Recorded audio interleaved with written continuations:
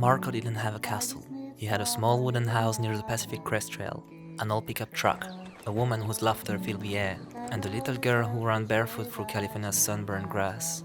In a future that looks a lot like ours, the world is split between neon-lit megacities and dusty small towns, where people still believe they can escape modern poisons. Marco was one of those who felt that by leaving the cities, you also left the danger behind. It was a gentle illusion, and a fatal one, because the danger, he had brought it with him. He didn't know it yet, but something inside that house had already begun counting the days. Marco and Jane loved each other fiercely, but an old companion had entered their lives back in adolescence, as it does for so many others. Over the years, dependence settled in quietly, not by choice, but because they had been caught early by a habit already engineered to cling the bodies and minds. A cigarette wasn't an isolated moment. It accompanied every hour, every gesture, every breath inside the house. From the first coffee of the morning to the last silences of the night, weaving a continuous thread of smoke through their days.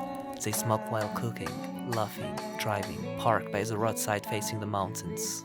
Hannah learned to count by following the drifting smoke. One cloud in the kitchen, another in the living room, a third in the hallway. Since she had lived in that house, Hannah had already smoked 32,261 cigarettes in the living room, 1,219 in the kitchen, 18,142 in the dining room, 9,732 in the car, 72,154 cigarettes in total. That is a lot, especially when you're 10 years old. Secondhand smoke never appears on the birth announcements, but it quietly writes itself into so many childhoods. Around them, cigarettes rule like a sovereign power. On movie screens, they hung from the lips of heroes, spies and cowboys. Studios paid stars to hold them on camera. Posters promised freedom, sensuality, identity. Much less was said about the rest. 1 out of 2 smokers will die from tobacco. Tens of thousands every year in a single small country. Millions across the world.